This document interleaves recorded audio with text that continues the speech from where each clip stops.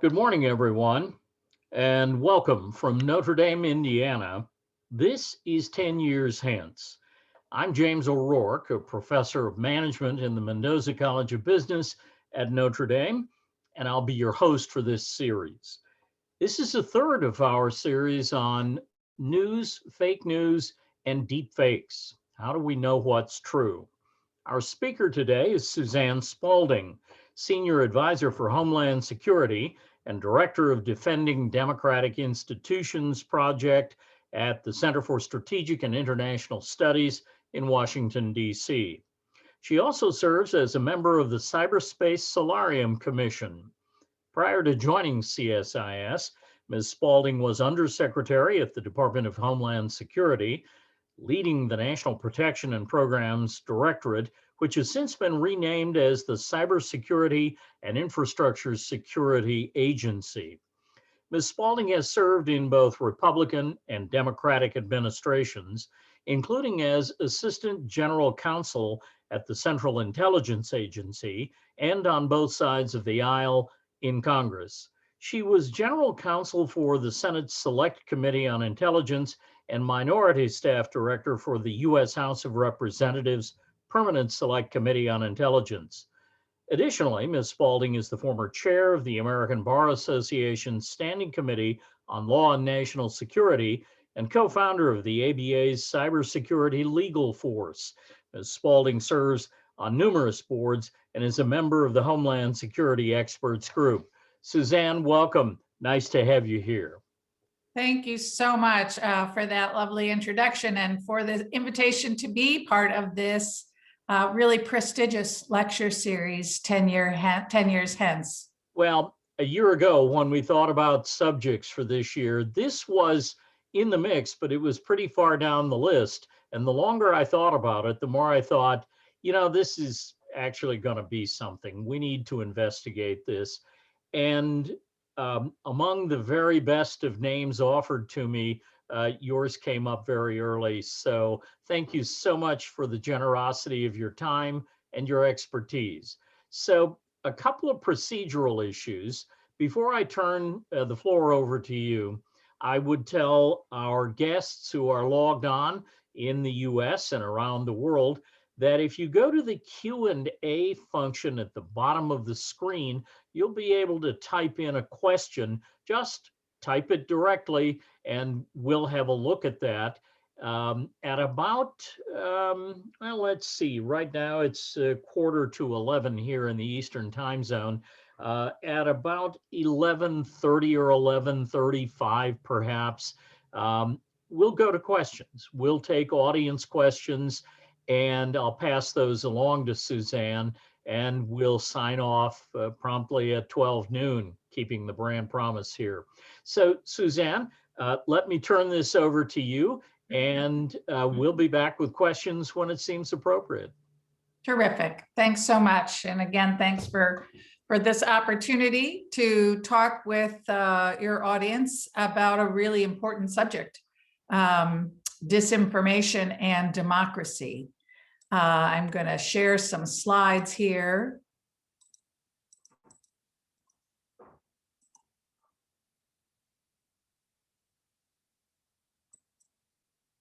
Here we go. So Beyond the Ballot is also the name of a report that we put out in May of 2019 that you can find at csis.org. Talking about the work that we've been doing at the Center for Strategic and International Studies for the last 3+ years, looking at how information operations are undermining public confidence in our justice system.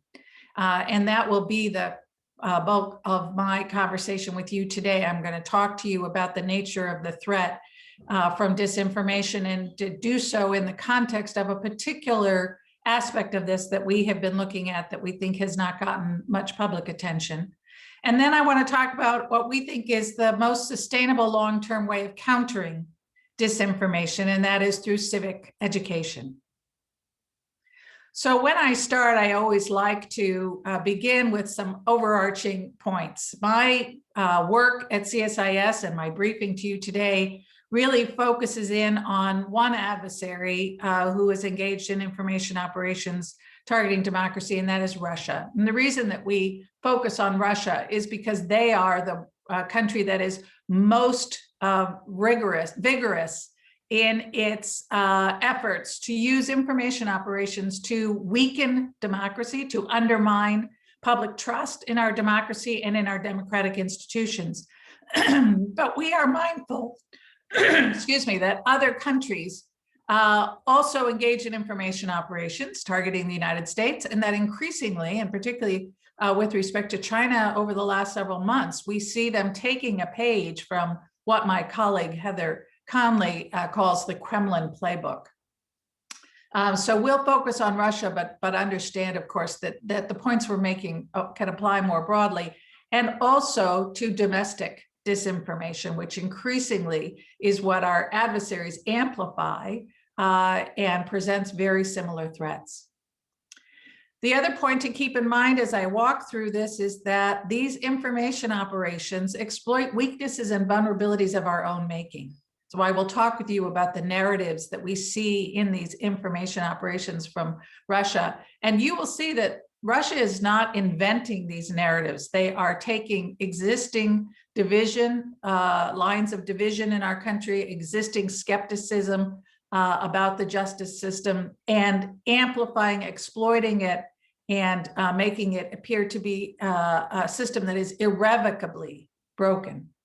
And that's an important distinction. That's my last point, is that what we're trying to raise awareness about here is not the danger of criticism of our institutions, of our justice system. Our justice system is flawed. And my friends who are judicial reform advocates and those who march peacefully in our streets, they are patriots who are trying to bring about change, to make our institutions stronger, to make our country better and stronger. But that is not Putin's goal. So I came to this issue from my time as the Undersecretary at the Department of Homeland Security, responsible for the security and resilience of our nation's critical infrastructure. And in 2016, that meant we spent a lot of time focused on election infrastructure. And as I thought about what we saw in 2016, we realized that what we were really seeing were three different aspects of information operations. There was the straight up propaganda, which we learned so much more about in 2017 as the social media platforms went back and looked through all of its data and started releasing Russian associated content. But there was the straight up online propaganda. There was the hack and leak of emails from the DNC and others, right? Which was clearly part of an information operation. So blending traditional cyber activity and then putting it out online. And then there was what initially looked like just traditional cyber activity, right? Malicious cyber activity targeting voter registration databases. But it did not take us long to realize that this was very likely in furtherance of the information operation. That if an adversary could get in to a voter registration database and alter or corrupt that data, causing chaos on election day, that could undermine the public's faith and confidence in the legitimacy of that process, and therefore in the legitimacy of the outcome of the election. So all of those were in furtherance of information operations. When I got out of DHS at noon on January 20th of 2017, and had an opportunity to kind of step back and look at the bigger picture, mindful that our intelligence community had made it clear in their assessment in January of 2017 that what we saw from Russia in 2016 was just one part of a longer-term, broad-based campaign to undermine our democracy and our institutions. I thought, I have a background in national security and intelligence, and so I did what we call red teaming. I try to put myself in Putin's mind and say, if that was my goal, if I were Putin and I wanted to undermine democracy through undermining its institutions, where would I go next? What other institution, like elections, is so dependent upon the public's faith and confidence in the legitimacy of the process to respect the legitimacy of the outcome. And I'm trained as a lawyer. I immediately thought about our justice system and our courts. Right? They don't have any real way of enforcing across society their decisions. But we have a social contract in which we have agreed to view their decisions as binding. And that's an important pillar of our democracy. It's an important part of the peaceful transition of power. It is how our economy functions. It's so fundamental that we sometimes take it for granted.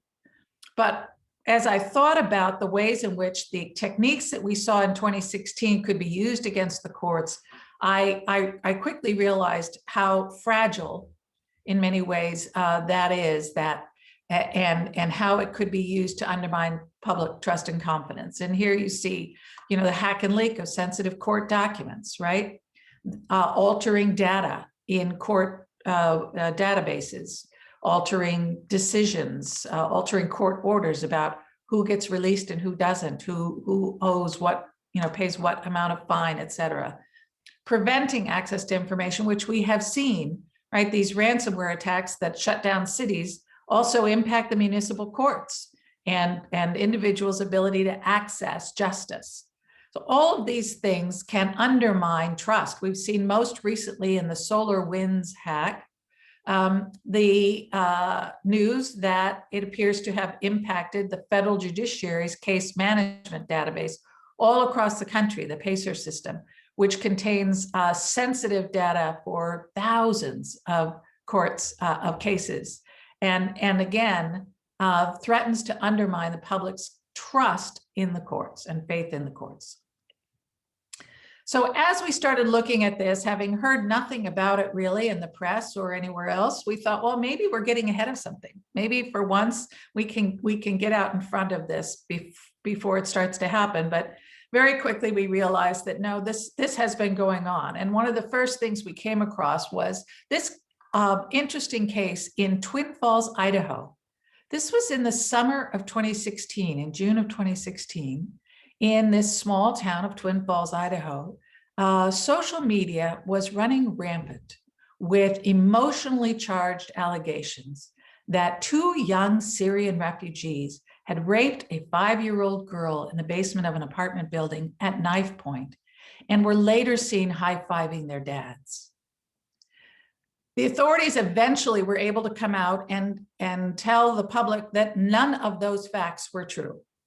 That in fact, there were 3 young people, 2 young boys and a young girl in the basement of a building, and something untoward apparently happened, but there were no Syrian refugees involved.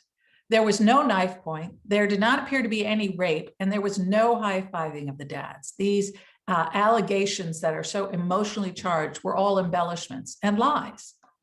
But the authorities were slow to get that out because the case involved juveniles and there were privacy restrictions. And so this was allowed to take hold on the internet, and tremendous criticism of the prosecutor, of the judge, of the local officials for covering up this horrible crime by refugees against an American. So here is some of what was found online, what was taking place. And here you see the reference to 3 Syrian refugees raping a girl at knife point, and liberals wanting to accept refugees, going after the politicians in Twin Falls for what they claimed was a loose policy on accepting Syrian refugees. And the implication that the prosecutor and the judge were tools of those politicians and trying to cover up for the politicians. And here another one where the federal prosecutor, Wendy Olson, was trying to tell people to stop spreading the false information, and so they went after her. These 2 accounts, Red LA News and Patriot Raphael, are not concerned Americans. These are fake accounts set up by the Internet Research Agency in St. Petersburg, Russia. They had decided to jump in here and exacerbate and amplify this false narrative about what was happening in Twin Falls, Idaho. And these are just two examples of many. Here's a Facebook post calling on people to turn out into the streets to protest this horrible crime and the failure of officials to prosecute the Syrian refugees who had gone after an American. Secured Borders posted this on Facebook, trying to, again, stir up this rally on August 27th. In 2018, in the Department of Justice's indictment against the Internet Research Agency, we learned that Secure Borders is not a group of concerned Twin Falls, Idaho citizens or Americans. It, again, is a made-up affinity group invented in the Internet Research Agency in St. Petersburg, Russia, the group that was responsible for so much of the disinformation at that time and continuing to this day. So as we continued to look into this, we found that the Russian disinformation information operations really take advantage of three channels. The one we have focused on so far is the online propaganda, and here's an example, American Injustice System, but also their state-sponsored propaganda outlets like RT, which stands for Russia Today, and is funded by the Russian government, and Sputnik, another Russian propaganda outlet funded by the government, but also official statements by, this is Sergei Lavrov, the foreign minister of Russia, who often amplifies these narratives that are being pushed through Russian propaganda and information operations. So as we poured over in 2017, the over 11 million tweets that have been attributed to Russia and using fake accounts pretending to be Americans, and many Facebook posts that had all been released by the platforms, we went through it looking at this lens of where were they targeting the justice system, and where did their efforts to exacerbate pre-existing divisions and skepticism in this country have implications for the justice system. And these were the four frames, narrative frames, that we saw coming up again and again, bottom line of which is all to challenge the notion that our justice system is independent and impartial. So we've talked already about the narrative that the justice system tolerates, protects, and covers up crimes committed against immigrants, that the justice system operationalizes the institutionally racist and corrupt police state. Again, picking up on pre-existing narratives and weaknesses that are of our own making, right? The injustices within our justice system, but amplifying those as an irrevocable attribute of our justice system. That the justice system directly supports and enables corrupt corporations, and that the justice system is a tool of the political elite. So here we see again, as we looked over the online activity, here are some attacks against a Ninth Circuit District Judge, Judge Robart, who was the first judge to issue a temporary restraining order against what was then known as the Muslim ban, the order restricting closing our borders. And here you see again tweets going after Judge Robart. He received thousands, tens of thousands. One estimate from Judge Fogel, a colleague of his, was that he received 1 million tweets, phone calls, emails, threatening letters against threatening him. And in fact, at least 24 of those were serious enough that the U.S. Marshal Service provided him with some 24-hour protection for some period of time.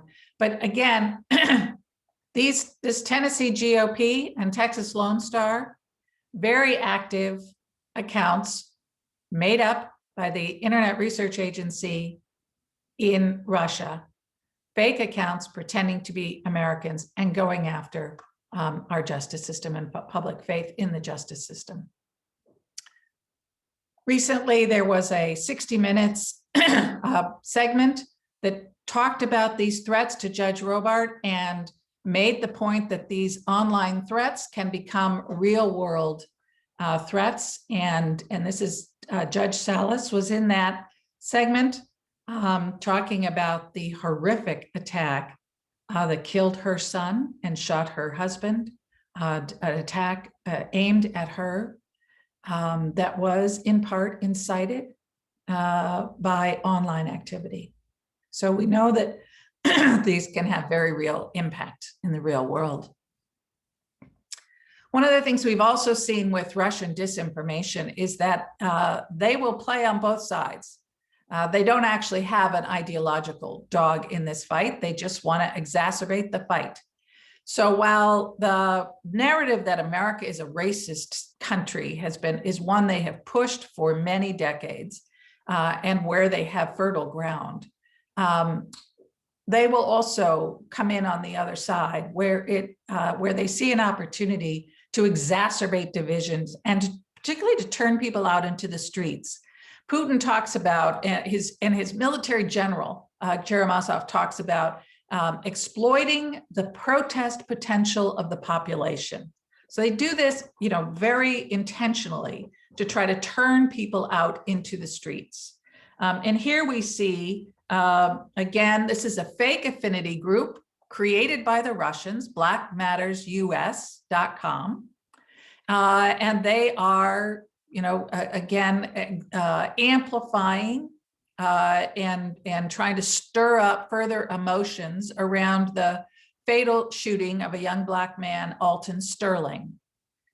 But a few days later, when Black man, Mika Johnson, shot and killed 5 police officers in a horrible shooting in Dallas, Texas, Heart of Texas weighs in to get people out into the streets under the banner of Blue Lives Matter. Heart of Texas, yes, is an account created by the Internet Research Agency in Russia. So that's just a sense of some of the online propaganda. But as I said, they also use their state-sponsored propaganda outlets like RT. And one of my favorites is, and I say that sarcastically, is America's Lawyer, which is a weekly program on RT. It's hosted by a Pensacola trial attorney named Mike Papantonio. And every week he tells the stories about how incredibly broken and corrupt our justice system is. And this is, just an opening of one of his episodes that I think captures well the narrative that he is pushing there. To say that the justice system in the United States is broken would be a gross understatement. Corporations and corrupt politicians have taken control, turning the once impartial judiciary into a tool for the elite to use for their own gain. And again, I want to point out that,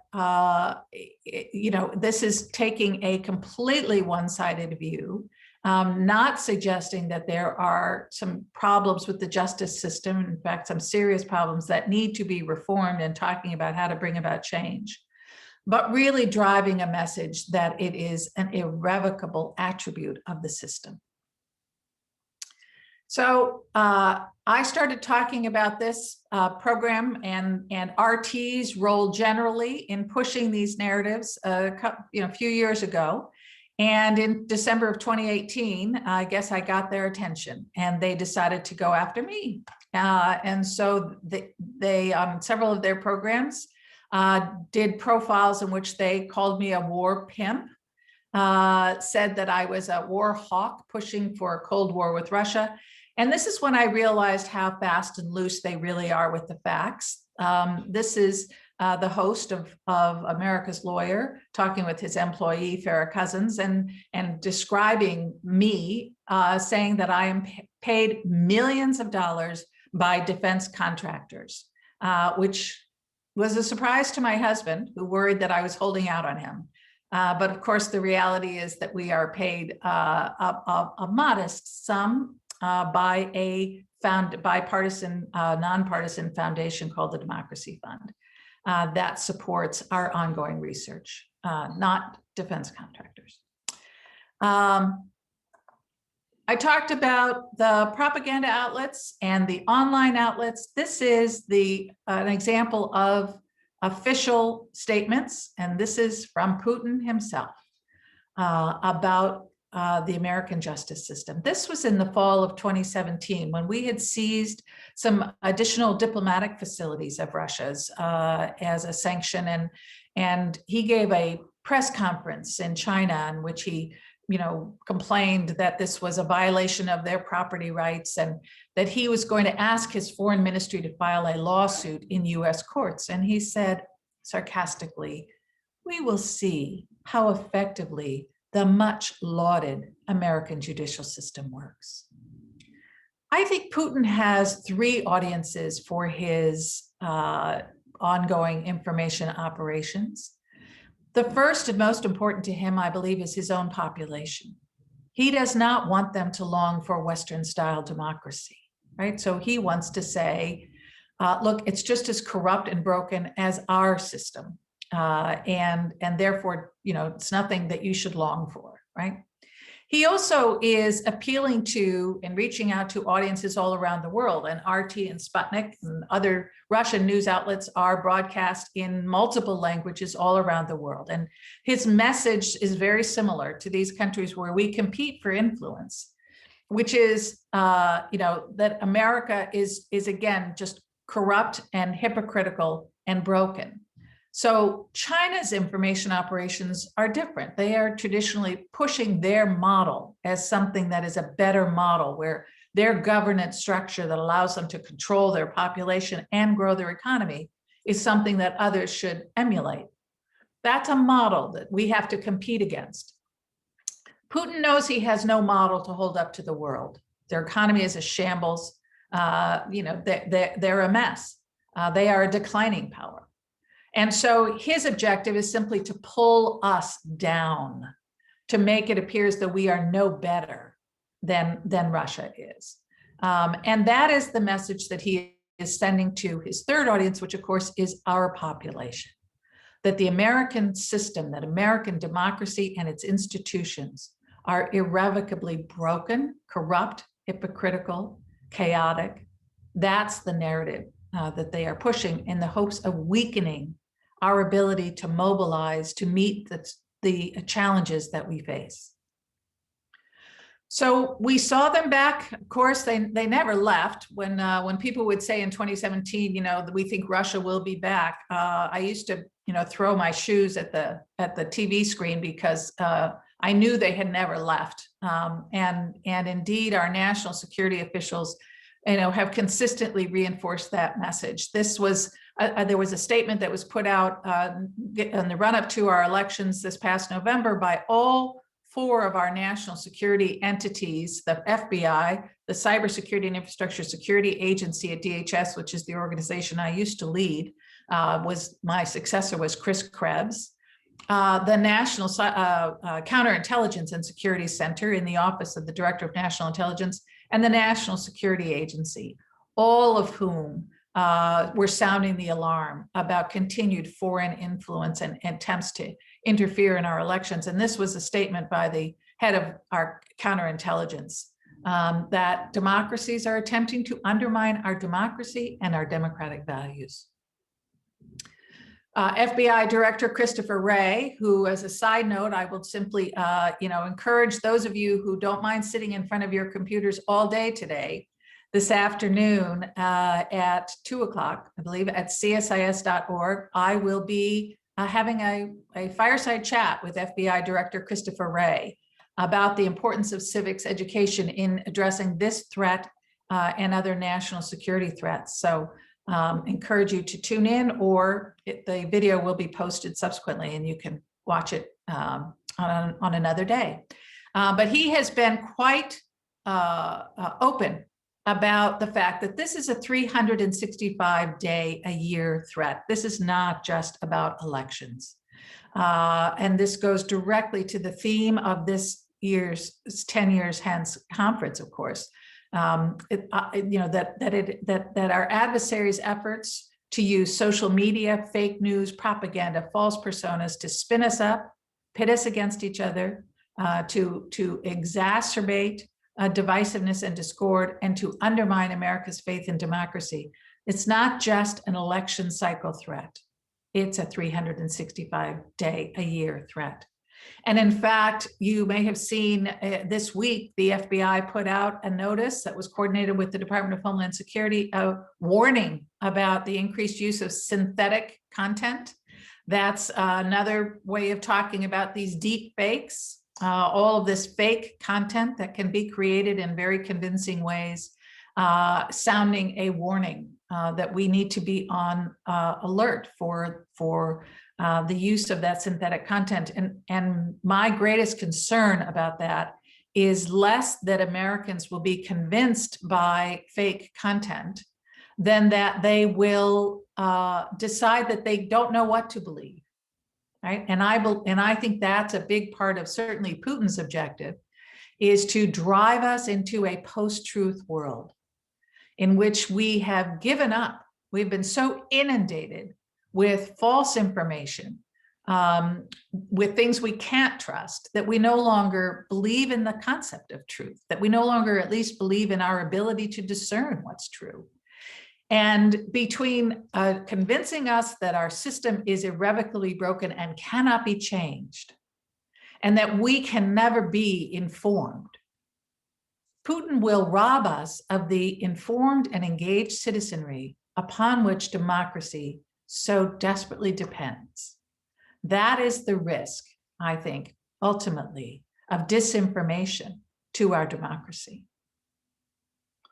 So we've seen them continue this. We saw this in the 2020 election and in the run-up to it and in post-election, where these are all headlines from RT and Sputnik, from those Russian propaganda outlets, pushing this narrative about a rigged election, again, amplifying domestic voices, picking up on domestic narratives that further Putin's objective and pushing those narratives. This is Sergei Naryshkin, who is the head of the Russian SVR, which is their external intelligence service, talking about openly about, again, riots in the streets, a social crisis that will deepen in the United States, really hopeful thinking, again, on the part of the Russian national security infrastructure, which repeatedly tries to tap into, as I say, the protest potential of the population. Again, not to bring about change, but to provoke people to take to the streets in despair, having given up hope, which is when things turn violent.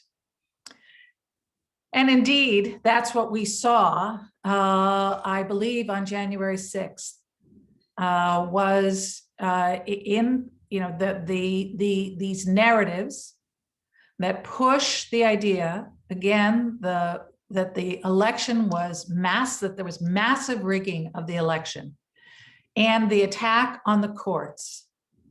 Because I believe that the people who felt that it was appropriate to violently attack the Capitol and the constitutional process that was underway there that day did so in the face of over 60 court cases that had rejected challenges to the legitimacy of the election. And that is exactly what has been my concern with disinformation that undermines the legitimacy of our justice system, is that it gives people permission to ignore court decisions, to view them as illegitimate. And I think that's what we saw on January 6th. And here is a post, just one of many, many, from Parler, which is one of the online platforms that is favored by certainly many of the people who were at the Capitol that day. And this was in the run-up again to that day, talking about no legal remedies are available, right? And calling for violence. So this is the real danger to our democracy ultimately, and why I think it's so important that we come together to counter disinformation. So these are the reports, the major reports that we've done at CSIS. This first one was actually published in February of 2018, the result of several workshops and research throughout 2017, countering adversary threats to democratic institutions, where we made our first recommendation for reinvigorated civics education as a way of reminding Americans of our shared values, right, of our fundamental values that we have in common, that democracy must be fought for because it is under attack, that it is worth fighting for, not because it's perfect, but because it can be changed. That is the beauty of democracy over authoritarian and totalitarian regimes. But it can only be changed if we are educated, informed, and empowered to hold our institutions accountable for living up to our expectations, and empowered to be more effective agents of change to move our democracy towards that more perfect union. Beyond the Ballot was published in May of 2019 and reflects the research and the findings of how the Kremlin was working to undermine our justice system. Many more details in this report than I was able to share with you today, but reinforcing and reiterating our recommendation for reinvigorated civics education on top of the kinds of things that we're doing now about using technology to better identify inauthentic activity online, to take down that inauthentic activity where Russians are posing as Americans, to tag disinformation online, all of the technical things that can be done and the things that the platforms can do, teaching media literacy and critical thinking skills, but also, again, reinforcing fundamental civics education. These are the lines of effort that we've been pursuing. We continue to update our research. We've been providing training for judges and courts on how they can prepare for detect and counter disinformation, false information that undermines public trust in judges and in the courts. We are working with them to develop effective rapid response capabilities to respond to disinformation. And then again, our effort to promote civics as a national security imperative. For the last year, we have been engaged in a strategic dialogue on civics as a national security imperative, graciously funded by Craig Newmark Philanthropies. And what we have learned as we've delved into this civics work with those who have been in the civics trenches for many, many years, iCivics, the Civics Now Coalition, and many others, the Civic Mission in Schools, are some pretty shocking statistics. We're all familiar with the surveys, where people can't name the 3 branches of government, but these trends of, where young Americans are losing faith in democracy are particularly troubling. So a survey that showed 35% of millennials reported losing faith in American democracy, and only 25% confident in the democratic system. A survey of Americans that found 24% said that rule by a strong leader who doesn't have to bother with Congress and elections was a very good or fairly good way to run the country. And 18% said the same about Army rule. 43% of voters nationwide at least somewhat agree with the quote that the Constitution made sense in the 18th century, but is irrelevant in the 21st century. The state of civic education in this country is really one that requires urgent addressing. The National Assessment of Educational Progress, most recent, showed that only 24% of 8th graders that took the test demonstrated a proficiency in civics. What we have seen over the years is that civics has gotten squeezed out. And in part, that's come as a result of the appropriate and important emphasis on STEM education. But we need to be able to do both. What has happened is that our emphasis on STEM has squeezed out civics. It's come at the expense of civics education often. And you see that in just simply the amount of federal investment, $54 per enrolled school child spent of federal funds on STEM compared to 5 cents per child on civics. And that's at the federal level, not taking into account what's happening at the state levels and non-governmental support for STEM funding. Again, not calling for stopping that support of STEM functions, but we've got to be able to do both. Both are terribly important. I recently interviewed Brad Smith, the president of Microsoft, and talked with him about how important it is that civics and technology go hand in hand. And he agreed that, for example, he thought all Microsoft employees was important for them to have a good grounding in civics education. The Chief Justice of the Supreme Court, Chief Justice Roberts, in his 2019 year-end report, after our Beyond the Ballot report came out about attacks on the justice system, focused his year-end report on disinformation and noted that we've come to take democracy for granted. We've gotten complacent. Civic education has fallen by the wayside. But in our age, when social media can instantly spread rumor and false information on a grand scale, the public's need to understand our government and the protections it provides is ever more vital. The judiciary has an important role to play in civic education. All of us have an important role to play in civic education. And the good news is there's a growing awareness of this. A commission on public service came out with a report last year that talked about the importance of public service, but the importance of civics education. That was not what they were originally thought they would focus on, but it played a key role in their report because they realized how fundamentally important it is to regaining a sense of civic identity and civic responsibility. I serve on an entity that Congress created called the Cyberspace Salarium Commission. Our focus is on a strategy for strengthening the United States position in cyberspace and strengthening our cybersecurity.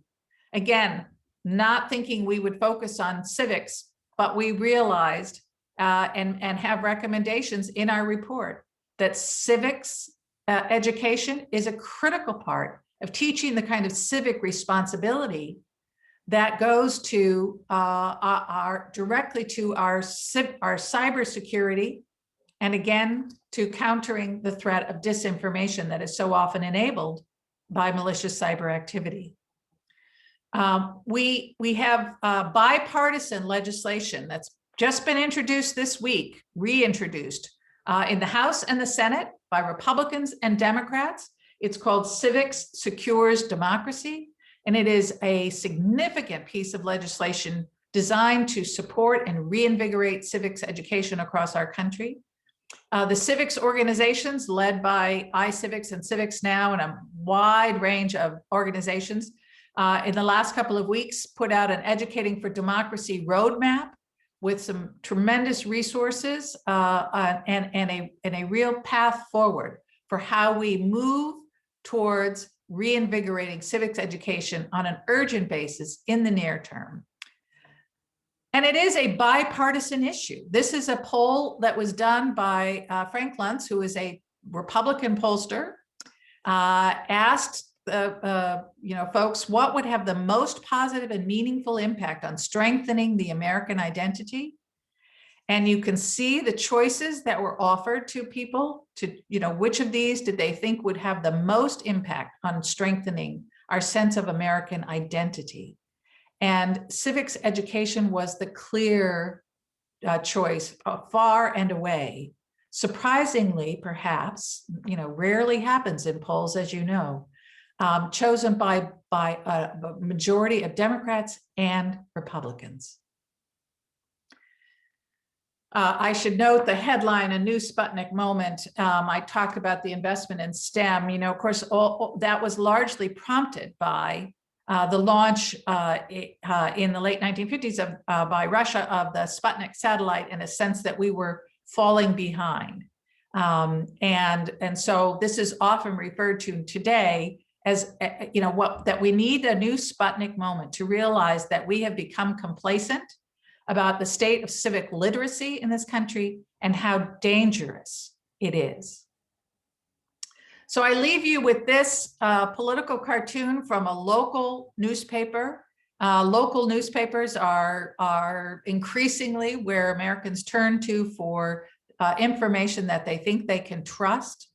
But I thought this was really quite telling. This is, of course, the fence with the barbed wire that now stands around the Capitol. And he's saying a better defense is teaching civics again. And I could not agree more. So with that, I want to thank you for listening, and I welcome your comments and your questions and look forward to the conversation. Well, Suzanne, thank you very much. This was really an interesting introduction for some of us to these issues. I think for others, excuse me, this was perhaps a review of things we've known to be true for some time. So there are a number of questions that have been entered in the Q&A system, and I've got a list of some of those. So let me categorize a few of them, if I may, and I'll begin with the larger global issues, talk about state actors, and then move to the social media platforms themselves, and then perhaps to our own communities. So first, I think I should say in yesterday's New York Times, I saw the notion that Russia is now considering, which means they have a full plan for it, restricting Twitter in the Russian homeland. And the reason they gave is that illegal and unlawful, horrible, immoral things are being advanced on Twitter. And so with that in mind, they want to choke the pipe. Excuse me.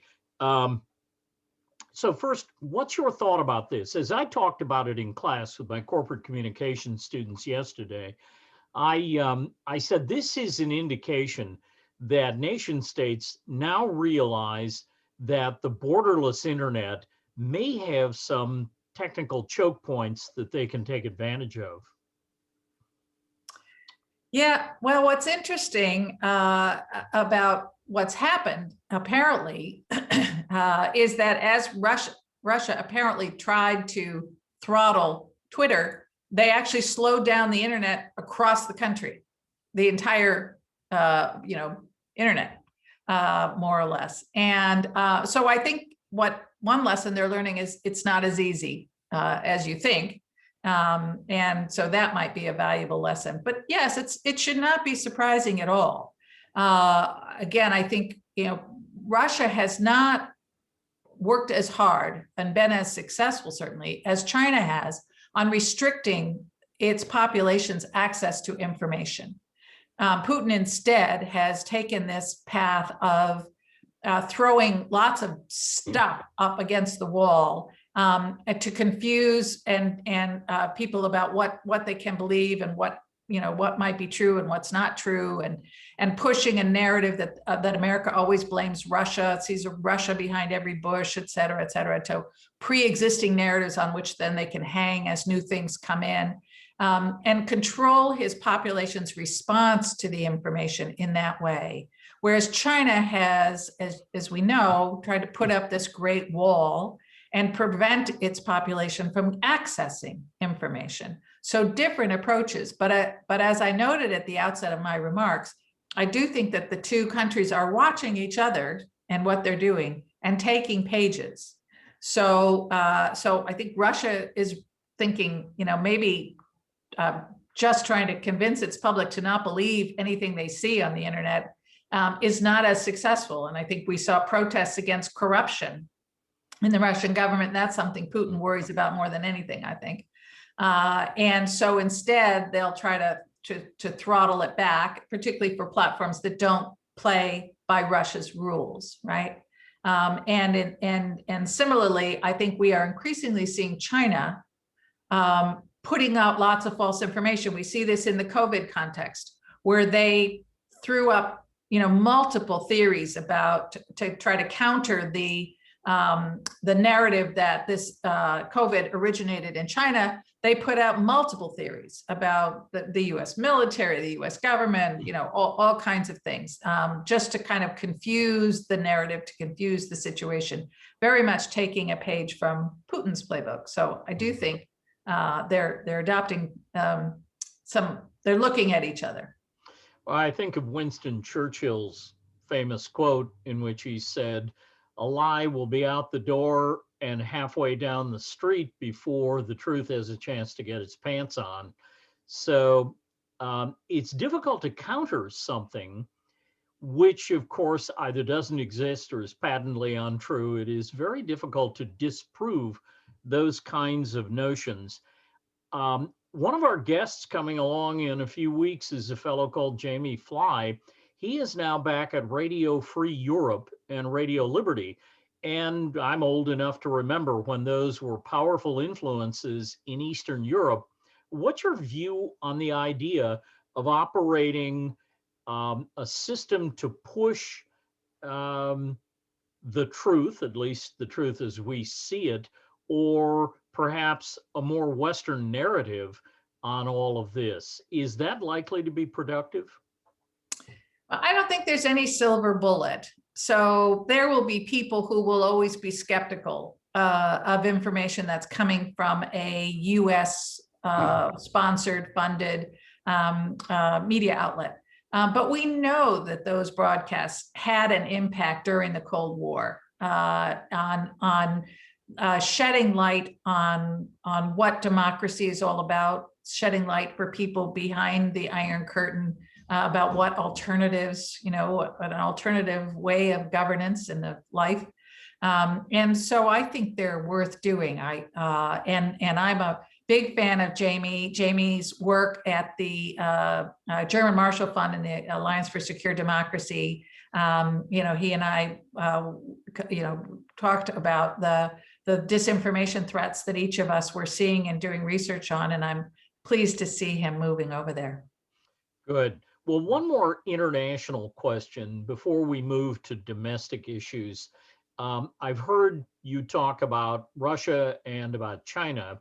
China perhaps seems the more insidious because it's done in a smoother, less blunt way, perhaps. What about Iran? Are they a player in this space, and are there others?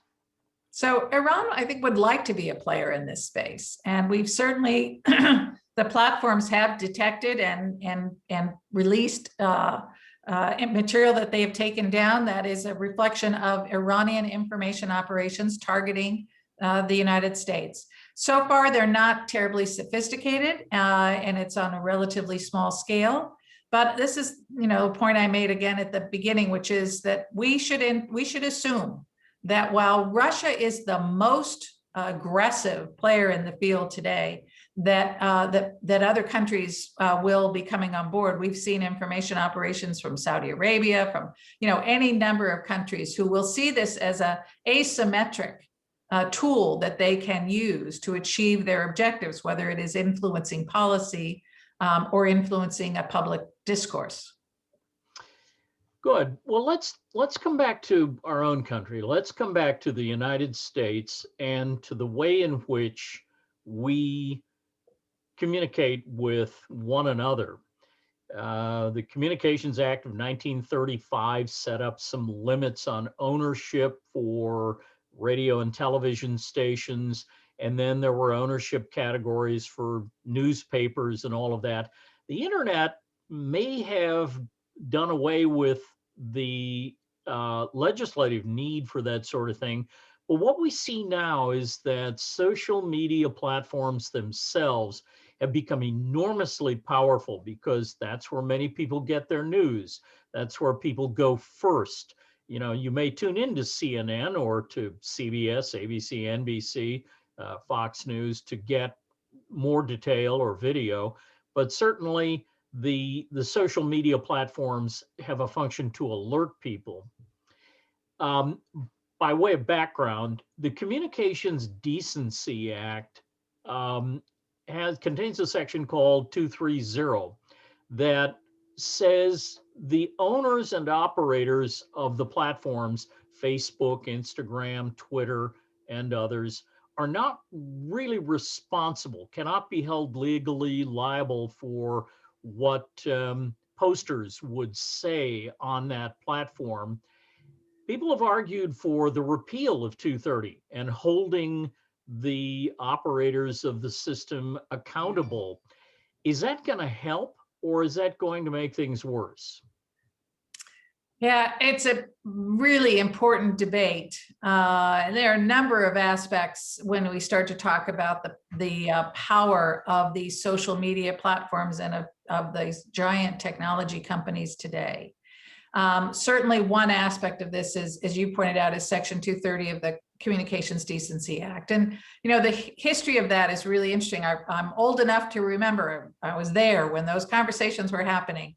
And initially the argument was, look, we can't be held liable because we can't control. We're like the phone lines. You know, the phone company's not held liable when criminals use the phone to conduct their criminal activity. And we shouldn't be held liable when people use our platforms to do wrong things. We're just providing a mechanism for communication. And that was, you know, sort of a compelling argument in the early days. But one of the things that happened was a growing push for dealing with child pornography online, which is such a massive part of that online discourse. And the platforms, you know, conceded that they actually could do something to help that situation. And I think they felt a lot of public pressure and to do so. But what they said was, look, we are reluctant to do some content moderation because basically they've argued that they couldn't moderate, that they were simply the pipes that were used, and that's why they couldn't be held liable. And they said, you know, if we're going to now try to find ways to go in and actually moderate content, we're worried that we'll begin to look more like publishers, like newspapers, which can be held liable for what happened, what appears on their pages. And so we're not going to do that unless you give us, you know, liability protection, unless you say we won't be held liable. We still won't be held liable, even though we are in there trying to help, you know, reduce the amount of child pornography. Later it was, you know, reducing terrorist incitement and terrorist recruitment and in a number of areas where there was a strong public pressure and public policy. And then, of course, so that was the next evolution. And so they got this liability protection and they've started doing some of that content moderation. Then they started getting larger and actually being content providers themselves, right? Not simply providing a place where others could come and do content, right? But producing their own content and becoming more. And I think today, you know, it's really hard to argue that they should have complete blanket immunity from liability for what goes on their platforms. Well, here's something really interesting that, you know, we talked about technology in my corporate communication class yesterday, and I went through the current figures, and I do a scope and scale of the internet. And the thing I love about the lesson is that it's so current and exciting. The thing I hate about it is that the material is only good for about a week, because it literally will change. If I go in next month, those figures will all have changed. So here's a figure I think is truly mind-boggling. YouTube says, and this is self-disclosure, YouTube is owned by Google. And YouTube says that on average, about 500 hours of video is uploaded every second. And so as you count 60 in a minute, I was, you know, 20 minutes into class when I pointed to that on the board. And so I turned to an accountant and I said, will you please multiply 60 times the number of minutes? And we now know how many hours of video have been uploaded on YouTube. And it was like 2,000 hours since class began. And so I said, what does that tell you? And one of my students said, there are not enough human beings to look at that stuff and figure out whether it's offensive or illegal or a violation of the terms of service. And I said, exactly right. So what are they depending on? They thought about it a while. And one fellow said, well, an algorithm, could pick this up. They've admitted the algorithm is insufficient. The system is out of control. So either you turn the switch and say, well, this was fun, kids, everybody go home, drive safely. Or you just say, do your best to figure out what's true or what's not. So in many ways, it's the scale of this operation that makes it difficult for an editor or a proofreader or a monitor to look at. It seemed to me in the early days of Wikipedia, Jimmy Wales said, yeah, there's a little of this that's not true, but we depend on the crowd to come in and clean it up for us. And then they separated that out, and some people are protected, public figures. Everything else, you're on your own. How do we deal with social media that may have good intention, but now have admitted they don't have the capability to monitor this? So again, I think when you talk about Section 230 in particular, what often happens is people think what you're suggesting is you either have complete immunity from liability for anything that happens on social media platforms, or you have strict liability, which is a straw man that can be immediately knocked down in the way that you've just described, right? You cannot say, well, now you're responsible for everything that goes on your platform. What we really need to do is to figure out what we do in every other context. What is a reasonable standard of care, right? So I think we're past the point where we say, look, you have no responsibility. You don't have to do anything. Or if you want to do something voluntarily, that's great. We as a society need to decide what it is we want these platforms to do, how much content moderation, what power for censorship potentially do we want to put into their hands? But what obligation do we want to impose on them? And we need to have that conversation. And I think we need to develop a reasonable standard of care. What is reasonable to ask these platforms to do? And then we can hold them to that reasonable standard. So it seems to me that that's something that we ought to be thinking about. And then there are go ahead. Well, no, I was just going to say, there seem to be two approaches. One, I sat through the hearings that Mark Zuckerberg was invited to in the House of Commons in the spring of 2018. I was living and teaching in London. And a BBC reporter said, well, there you have it. A young MP from Sussex has just compared Mr. Zuckerberg to a Disney animatronic. The BBC is pretty direct about this. But what I think worried Mr. Zuckerberg at that time is that there are two divergent approaches. In the US, it seems to me the Congress is thinking about breaking up Facebook and some of these other companies into constituent pieces, Instagram, WhatsApp, and so on. But in the UK, and unsurprisingly, the EU, they're thinking about regulating them as a public utility. So they wouldn't report to a board of directors. They would report to a utilities regulatory commission elected by the ratepayers. Any preference on either of those?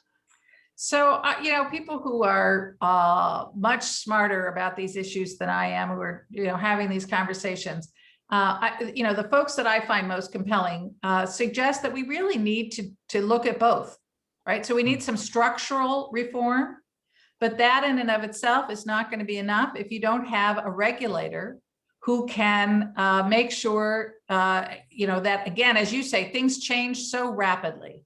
The ability for Congress to write a law, or for a court, even at a single point in time, to issue a decision the way we had in AT&T about the structural reform of our tech companies, is really not realistic, right? So that can be a start, but then you need to be, there needs to be some regulation in place, because that is a little bit more agile than either of those other two mechanisms. And also is a way to make sure that this is having the effect that we hope for it to have. And so structural reforms, sort of breaking apart perhaps some aspects, is maybe part of the solution.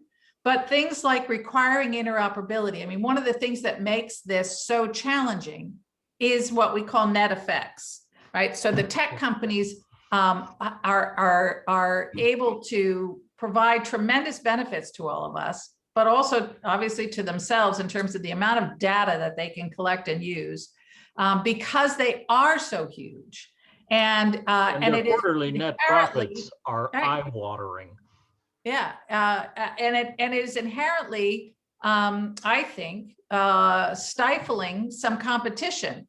Think about this in terms of social media platforms. If you're on Facebook and you don't like some of the toxic things that go on, or you don't like their privacy policy, you don't like their algorithms that pull people down into this disinformation vortex, you don't have a whole lot of options. And if somebody wants to create a social media platform that doesn't have those problems, that has found a way to address those issues, and you want to move over there, unless all of your friends and family move over with you, you know, you're not gonna go there, because you can't communicate with them, right? In a business school, we'll talk about those as barriers to exit. What are the barriers to exit? Barriers to entry. You don't get your pictures back. They now own the copyright to those. You don't get your friends back. You don't get anything back. Now, I will tell you quite honestly, I left Facebook late in 2019. I wrote Mr. Zuckerberg a letter, which I'm sure he didn't read, telling him I thought he was a threat to democracy and the world as we know it. I did not hear back. But let me tell you what I did get back. I got back an hour of my life. Every day I spent an hour on Facebook scrolling through these entries. And by the end of the hour, I was angry, I was depressed, I was upset, and it was an hour later. And so I discovered, initially I was getting anxious, oh, where's my Facebook? After about 2 weeks, I didn't miss any of it. And that may be a function of my age, but I would tell you, I got an hour a day of my life back when I left the platform. I don't feel that way about LinkedIn or about, other platforms. Though I will tell you, LinkedIn is now considering anonymous posting.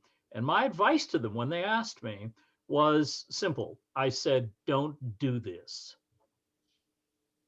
So Twitter banned Mr. Trump. And if I take you over to Twitter and introduce you to Jack Dorsey or Brandon Borman, they seem to me to be good people, and they seem to me to be well-intentioned. A couple of years ago, Jack gathered the group in a conference room and said, okay, donuts and coffee, and if it extends late, we'll go with pizza and soft drinks. When we get out of here, we will, our goal is to remove dehumanizing speech from the Twitter platform.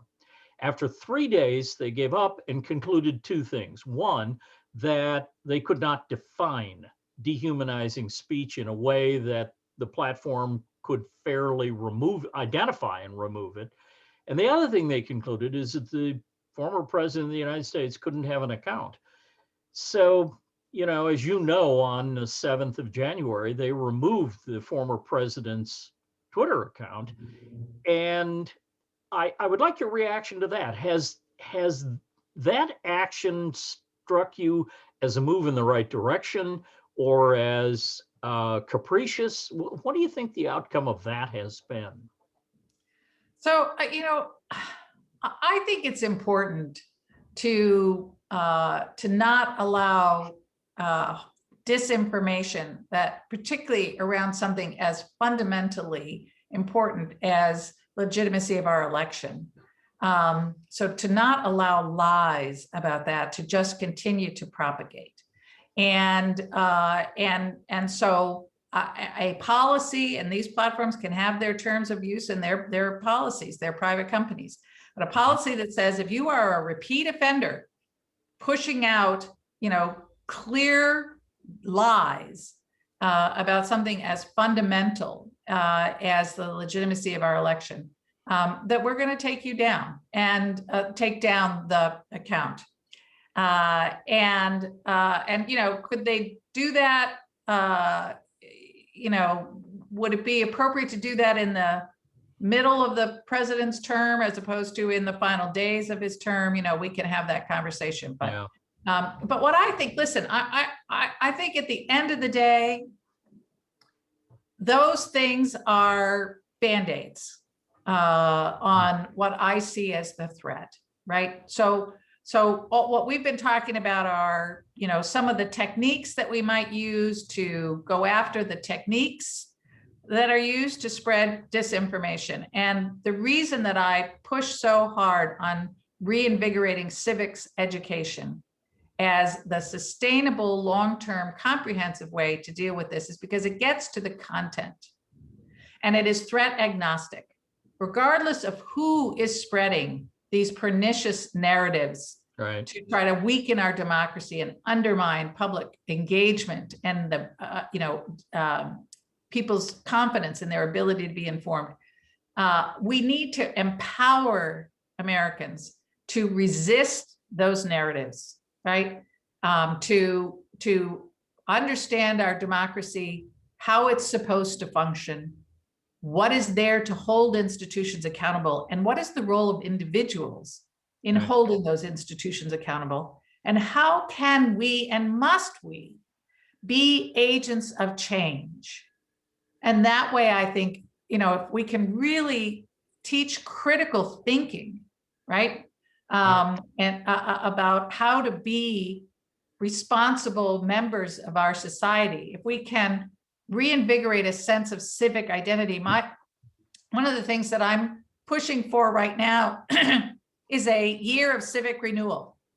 I think as we come out of the isolation of COVID, hopefully over the next several months, and in the wake of this horribly divisive election and its aftermath, that we need to mobilize as a nation around rediscovering our sense of community, our sense of civic identity, right? To come out into the streets to work together towards a common purpose on civic engagement in our communities, where we work side by side with people with whom we disagree, so that it's so much harder to demonize someone that you interact with in the real world versus where we've all been forced to interact, which is online for the last year.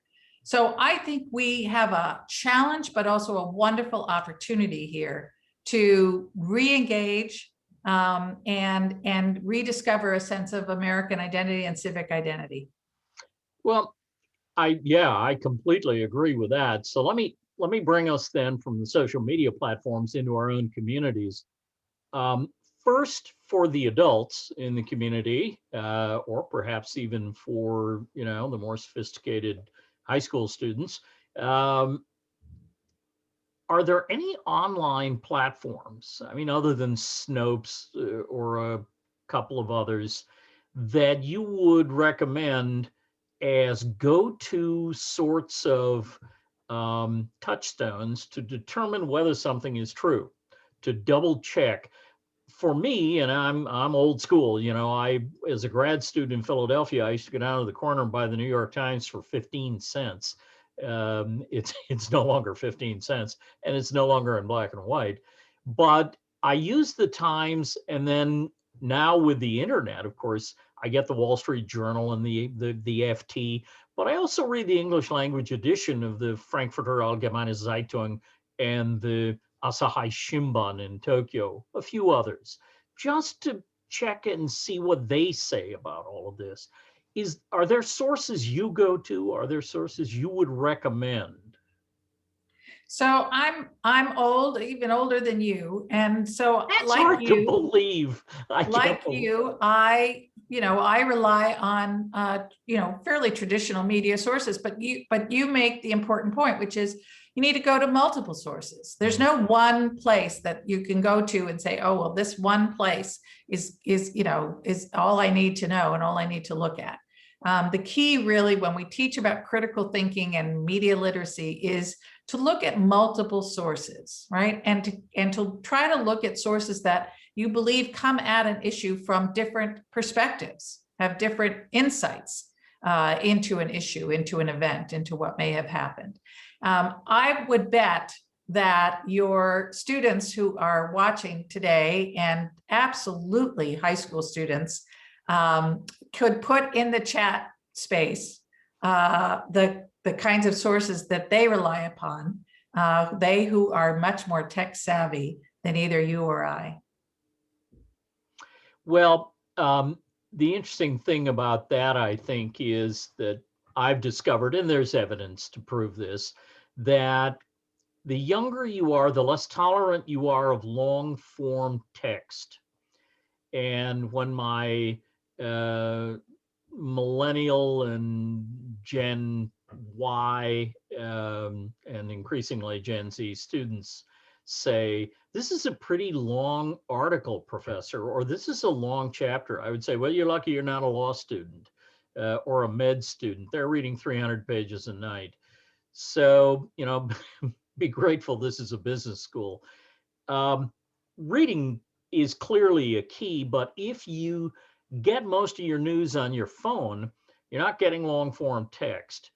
So then your notion is that multiple sourcing to sort of back that up. I will tell you each day, if anybody cares, the Times of London is available very inexpensively and has what I think is a wonderful balance. Even though owned by Rupert Murdoch, it's quite a good newspaper. I do read several other North American papers. Just, you know, a strategy to read the paper. You read all the headlines. You read for many of the stories, at least first couple paragraphs. So you're alerted to what's news, but you're also alerted to whether or not something is different from what you read elsewhere. What I would say, excuse me, I would say that the other place that I go to on a daily basis, I really do like Twitter. I follow people who I know to be authoritative sources, who I know to be critical thinkers, who I know to, you know, challenge and also be able to explain things that are in the press. And I learn a great deal from following them on Twitter. And to your point about, you know, reading and long form and sort of scrolling through your Facebook posts and rapid, one of the things that I have found most important is to never assume that a headline is really telling you the story. That is the most damaging thing that you can do is, and I have been tempted on more than one occasion. I read a headline, I read the first paragraph and I think, oh my gosh, and I'm about to retweet it. And then I think, no, I should read the whole article. Yeah. And you'll often read through and realize that the headline was completely misleading. Well, and the article doesn't say anything like that. Yes, yeah. An editor for a newspaper that I once wrote for when I was a college student in my hometown in Montana said, any newspaper headline that ends with a question mark, the answer is invariably no. Trouble for Hillary? Question mark, right? You know, it turns out if you read, probably not. So it's almost like clickbait. It's designed to draw you in and engage you. Let me ask in the couple of moments left to us here, is there anything parents can do to engage their children or provide advice or to provide technology or a subscription or whatever? If you're a parent, what should you do to ensure that the things your children know are actually true? So listen, I think this is the same advice that applies to parenting kind of across the board. And it starts with modeling good behavior, right? So be informed yourself, right? Subscribe to a print publication. It could be a weekly magazine or a daily paper, your local newspaper. You know, demonstrate your own interest. You know, maybe watch evening news together, but demonstrate that kind of behavior. And then I think pursuant to our earlier conversation about toxic discourse, model civil discourse, right? One of the things that our population as a whole needs to really relearn is how to have civil conversations where we disagree and not immediately demonize those with whom we disagree. And so parents need to look for opportunities to model that kind of civil discourse, because Lord knows young people are seeing bad behavior coming out of Washington, coming out of politicians across the country, and certainly in their online forums about how not to have these conversations. So it's a challenge for parents, but I think just modeling good behavior is a really good start. Suzanne Spaulding, thank you so much for your time, your expertise, and your willingness to share those with us. We deeply appreciate it. Thank you again. We're better for your having been here. Oh, So, thank you. Thanks for having me. This is session number 3. Session 4 takes place a week from today on Friday, March 19th, when Matthew Turek of DARPA will join us, the Defense Advanced Research Projects Agency. His research includes computer vision, machine learning, artificial intelligence, and their application to problems of significant societal impact. So 10:40 next Friday morning, I'll see you right here. Thanks, everyone. Care for yourselves.